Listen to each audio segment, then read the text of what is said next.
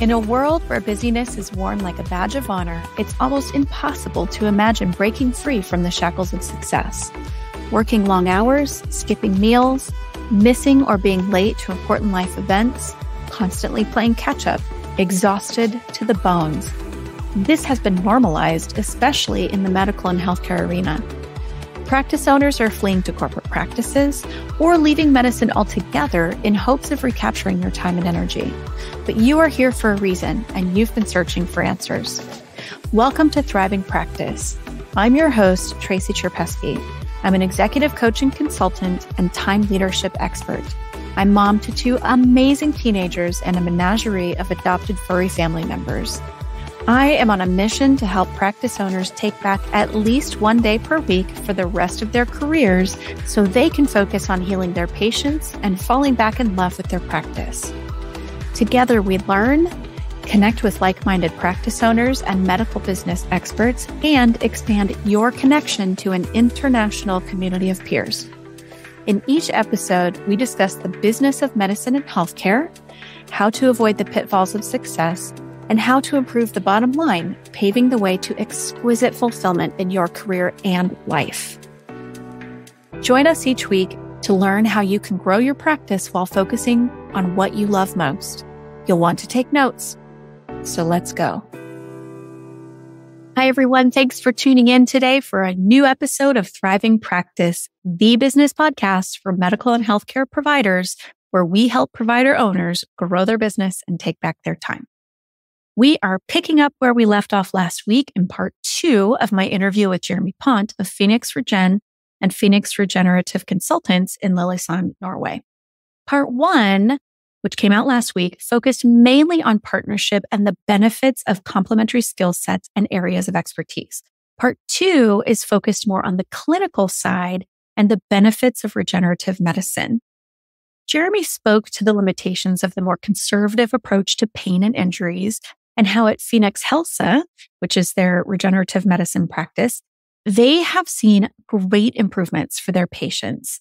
Additionally, because regenerative medicine, specifically PRP and stem cell treatments, is somewhat uncharted territory, at least in terms of mainstream medical treatments, there's a ton of opportunity for learning and leading the charge.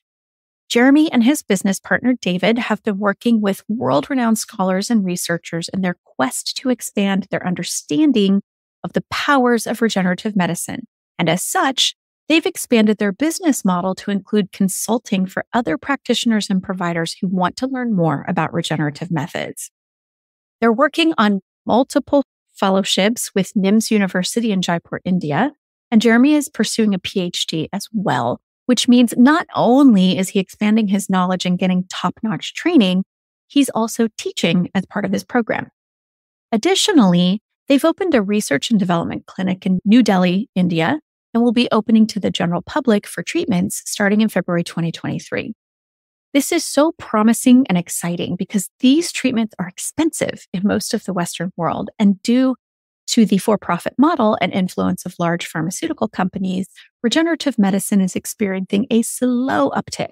But with this opportunity and talented and driven providers like Jeremy and David and their many mentors and professors, we will likely see a speeding up of the introduction of some stem cell and other regenerative treatments becoming more mainstream, and more people experiencing healing, improved function, pain relief. And as Jeremy said, which I just loved how he said this, people will be able to interact with their own bodies again. With all the wisdom and knowledge Jeremy shared about the business of partnership and expanding knowledge, his parting wisdom is right up my own alley in the personal development realm. His first piece of parting advice: try to read one book per month that has to do with personal growth. Second piece is to live by the compass, not the clock. And his third piece of parting wisdom is to write 3 goals each morning and let 2 of them be about your happiness and presence. It makes your whole life easier and supports your patient in their experience of you. I just love that. I call that the daily dash, by the way, which my coach taught me. It's DASH stands for definite action steps happening. And it helps you commit, and it helps you stay connected with your vision and your mission in this world as a provider. Now, Having worked with Jeremy as a client many years back, when running a multidisciplinary clinic seemed like a pipe dream to him, I am thrilled to hear that in just 4 years, he and his business partner, David, have built what is no doubt one of Europe's preeminent regenerative clinics, and they'll continue to support their patients in healing their bodies while sharing their knowledge and training other providers who are keen to help their patients heal as well. There's so much good stuff in here, so you know what to do. Grab a beverage or a snack and something to write with, and settle in to listen to Jeremy and his amazing journey. It sounds like things are going well, and I know from looking at your Instagram for the company itself that you recently did something in India. Do you want to tell us a little bit about that? Yeah. So what we've really branched out to doing is we've found that what we're doing with regenerative medicine, one of the biggest problems is actually getting that education. It's not like you can just go and do a weekend course, or it's not like you can go to a university, do a 1 year, master's in regenerative medicine. You sort of have to pick together in 10, 15 years that will be happening. We're really happy we're part of that movement. We've sort of had to piece together from research, from labs, from different professors, from different experts all around the world, how to do the procedures we're doing and how to do them reproducibly.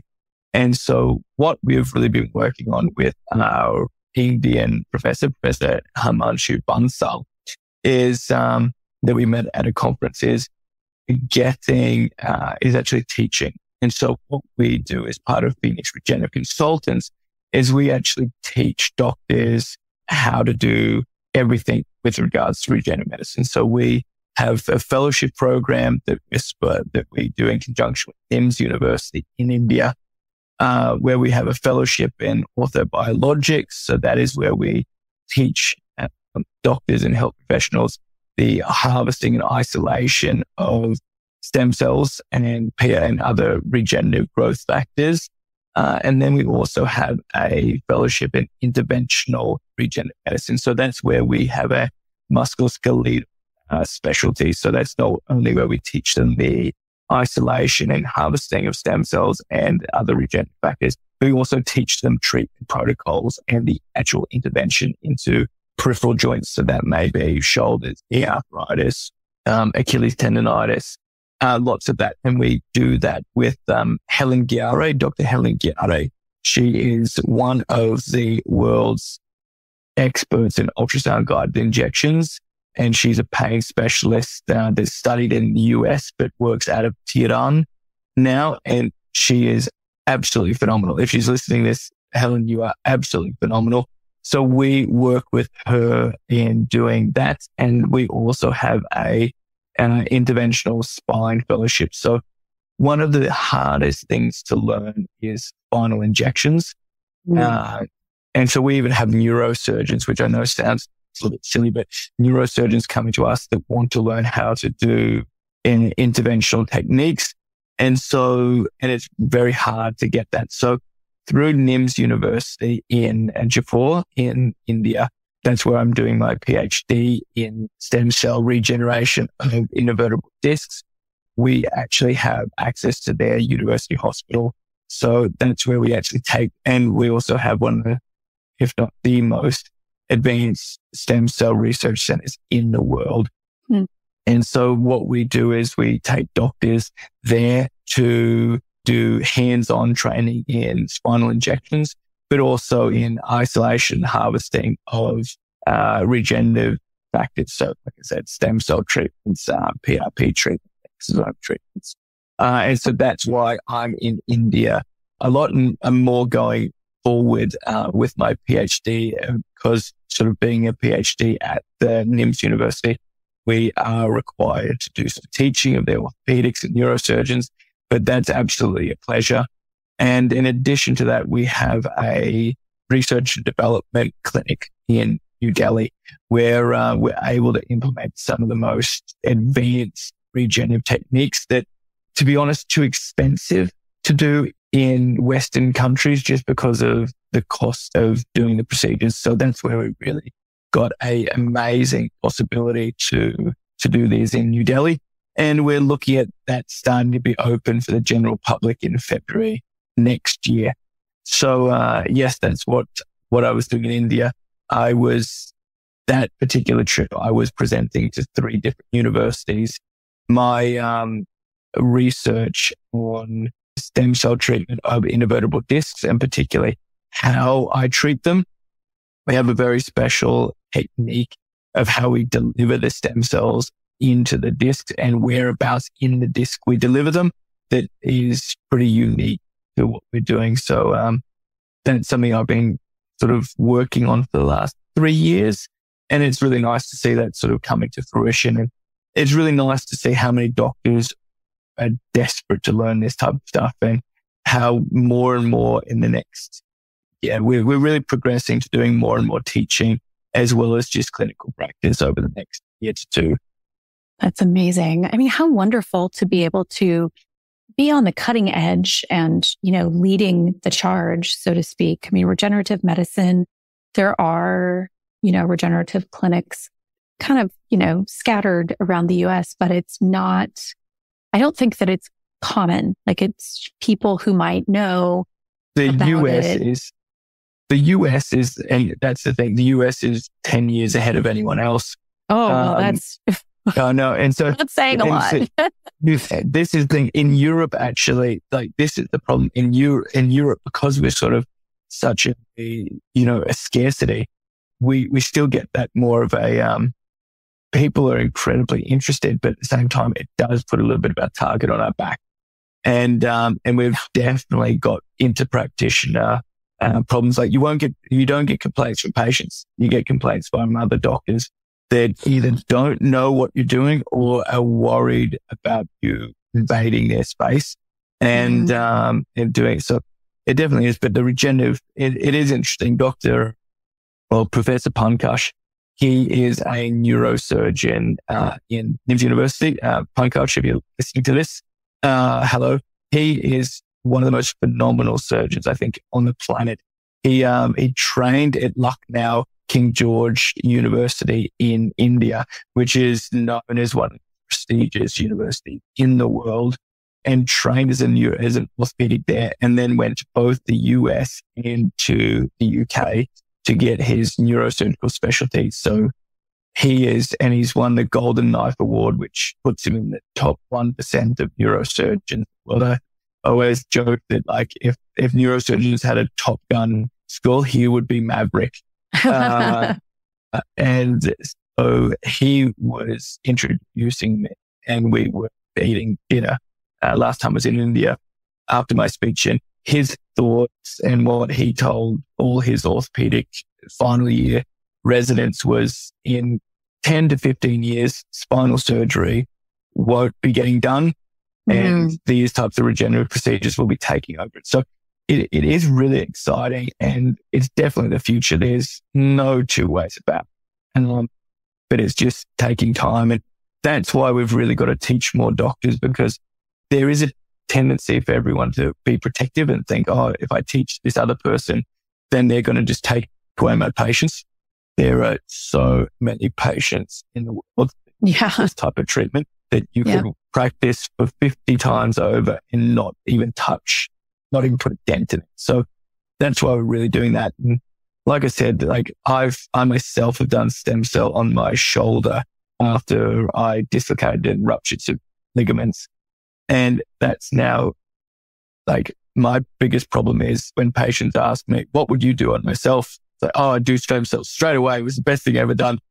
Would you recommend it to me? No, you've got to follow the treatment protocol. So you have to wait another 4 months before you get that. So it is a little bit tough. And the same thing is, my mother couldn't go walk up the stairs because of the arthritis in her knees in January. And we've given her 2 rounds of stem cells. She's literally playing tennis. My mother-in-law is, she went from being able to ski about 10 kilometers every morning, 2 winters ago, to could not run more than 4 kilometers because of her arthritis in the right knee. And she was so against doing anything, because she's sort of, no, if it's not done in the public hospital, it's not worth doing. until my wife talked her into it. And now she thinks that her son-in-law is the best thing since sliced bread because she runs pain-free. She loves her friends. And so that's the thing amazing. We have, so it is really amazing. It's definitely not magic. It's not that you just inject stem cells or PRP and the next day someone is, running 10 kilometers. Tissues take time to heal. Yeah. But we've literally had patients that have come in sort of roll aiders. So basically, in walking frames, and within 9 months have had a complete resolution of pain in their legs, completely different walking gait, and, pain from 10 out of 10. Literally had patients that, had been planning their own suicides, to like 3 out of 10, 2 out of 10 pain, like it's complete new life. And when you can do that and it's completely safe and natural, there's no chance of rejection. There's no irreversible changes. It's not closing any doors if they want to get a prosthesis later on. And if you get 5 years of a lot of our patients, if I get 5 years of treatment, good results from this, and am I allowed to do it again? Yes. As long as your body's growing more fat, which we do, unfortunately, we can do this again. And there's no side effects other than the risk you have of any type of injection, which is low. So it's really interesting stuff. And it's going to take a lot more time in Europe, because they're far conservative over here, but it's definitely the next frontier. The possibility of living pain-free or very reduced pain and healing and avoiding surgery or postponing surgery even, that is a huge deal. I mean, getting one's range of motion back, like, hello. And the thing is, getting sleep back is a huge thing. Like, that's one thing I even noticed myself. Like, painkillers don't really help with everything. And you see that these patients coming in, and that's, even if we do a PRP on a disc, because a lot of patients, if they come in subacute with a disc herniation and sort of say, look, this will naturally get better after 4 months. So, is it ethical for me to recommend doing treatment if it'll get, most likely 90% of these get better by themselves. If a patient pushing says, but can you do something? Yeah, well, we can give you PRP because there's no side effects. We'll just fasten the healing process. And I have patients that haven't slept in 3 weeks. And then 2 days after PRP, they're sleeping 7 hours every night. And so even though they've got pain, they're sleeping 7 hours. So that really takes a mental strain off it. So totally, it is huge. And you've got to, Dr. Bansal always says about knee prosthesis. Remember, about 1% of patients that get prosthesis die because of an embolism they've received because of that surgery. Now, I know that we think like 1 in 100, that's not much, is it? Well, if you look at, think about what we've just been through in the pandemic, COVID maybe, varies, but that's, in the thousands rather than the hundreds. And think about how much about that. So 1 in 100 should be worrying. Well, especially, I think sometimes people look at the numbers and forget that number is a human being. So yes, exactly. If it's your mother or your mother-in-law or your sister or your brother, that one is going to matter. So, I would like to think that we want to reduce our tolerance for those kinds of side effects from things that might, there might be a better solution. And it sounds like there definitely are better solutions. The biggest problem you have with regenerative medicine, and, probably get in trouble saying this, is because there is no way to patent it. There's no drug to do it. It's the body's own, the patient's own tissues. There's no manufacturer that's doing any sort of prosthesis to put in. There's not that much money in it for pharmaceutical companies. And that does create a problem because you are finding that this is completely doctor based. So like health practitioners are really the ones that are getting paid for their expertise in doing this. And that's where it's really tough because the money isn't there to progress things fast because literally it's not in pharmaceutical companies' best interest to succeed. And so that does make things a lot harder. And it's sort of, you put yourself on the wrong side of a multi-trillion industry. Yeah, you might be putting a little sign on your back. Yes, exactly. Oh yeah, we could probably get in trouble if we go too deep. But yes, it's, that's a shame, right? That, sadly, medicine has become quite a business, especially in, certain parts of the Western world. And it's a real shame because look at the possibilities of healing and increasing and improving quality of life and maybe even keeping people around longer, like you're saying, you've had patients who have had plans to end their lives because pain is just unbearable. Like that we shouldn't be accepting that. No. And I think one of and this is something we see pretty much all the research points to is a lot of these treatments have a much higher improvement in function rather than pain. So you get a 75% increase in patient improvement in function, but only a 70% improvement in pain. It's like being able for people to function. It's like, okay, you've still got pain. Yeah. Being pain, that's sort of part of life, but that you can do 75% more things than you could before you did. It's huge. And it's suddenly allowing people to interact with their body again and be self-sufficient, being self-kind again. It gives a lot of empowerment back. So, it's definitely something that's really fun and definitely something we're progressing in. And like I said, training doctors and doing a lot more. So it's definitely another frontier in my and David's professional careers.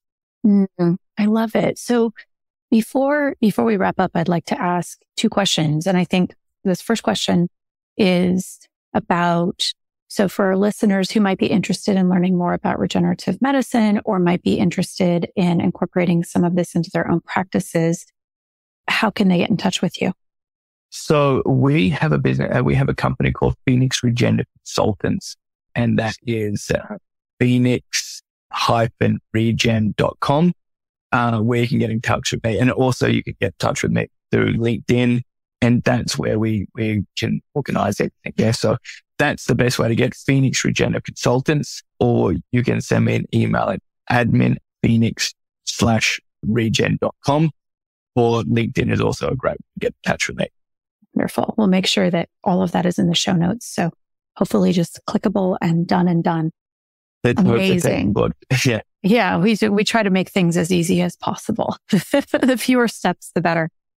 I mean, this is just it. I'm so pleased for you to hear, how your career has progressed over time and how, I remember when we were working together, this was sort of like, you were starry-eyed about this and now you've made it happen. And in a pretty short period of time, like if I remember right, the last time you and I actually saw each other in DC was 2017. Yeah. So 5.5-ish years. Yeah. I mean, that's, bravo. That is a lot in 5 years time. And, so I'm just really happy for you. And I'm really, really pleased for the other providers who get to learn from you and for the patients and the patients of your students over time, because this, to me, finding ways to facilitate the body's own healing is something that we need to see more of in the medical world. And so I'm just thrilled to see that you're on the cutting edge of it, because I know that you have the drive and you have the persistence and perseverance to make it work. So thank you for doing what you do. Yeah, well, a little bit too much credit there, but we should again. No. Yeah. When you, okay, I'm just going to give all the credit to David then. Yes, give it all to David. Give it all. I think we'll tell him I'm a fan. 45 years in the last 5 years. Yeah, well, yeah, life and actually small children will do that to you. We digress. Well, one final question, which is just, is there any parting advice, that you'd like to give to our listeners? I would say try and read a book, at least one book every month that has something to do about your sort of personal growth, because it's very easy to just get caught up in in living life by the clock and not the compass. And so I would do that, but I'd also, I'd say try and every morning. So every morning I write down what my 3 goals are. And I know it sounds a little bit, corny, but one of them is always be happy. And one of the other ones is always be focused. And that's one thing that I really, really help me on a day-to-day basis, is making sure that, even if I'm not having a great day, is try and be happy and try and be present in the room, no matter what else is happening, because the patient deserves that. And also it makes life easier for you. There's so many things going crazy on the world. It can just become, it all just blends together. Having that sort of separation where you just, okay, be happy, be present and focused. That's some advice that I could give to any of the young players out there. You're speaking my language, of course. Oh my gosh. Well, I have so enjoyed this conversation. It's been great to connect, and I'm just really, really pleased for you and to see how you've made things go. So just want to thank you again for coming on. And I look forward to seeing what transpires in the next year or so. Thank you so much. And hi to all your listeners. And remember, write down everything in your partnership contracts. Yes. That's parting wisdom right there. Perfect. Thanks again for coming on, Jeremy. I hope you enjoyed this episode of Thriving Practice. I appreciate you coming here week after week, dear listener, to listen and learn how to elevate your leadership, grow your practice, and to think and act like the high-impact CEO provider that you're meant to be. I have one request of you. If you've benefited from this show, go to Apple Podcasts and leave us a 5-star review with your thoughts on the show. Your feedback and review help us get in front of other amazing practice owners just like you. Thank you again for listening, and until next time.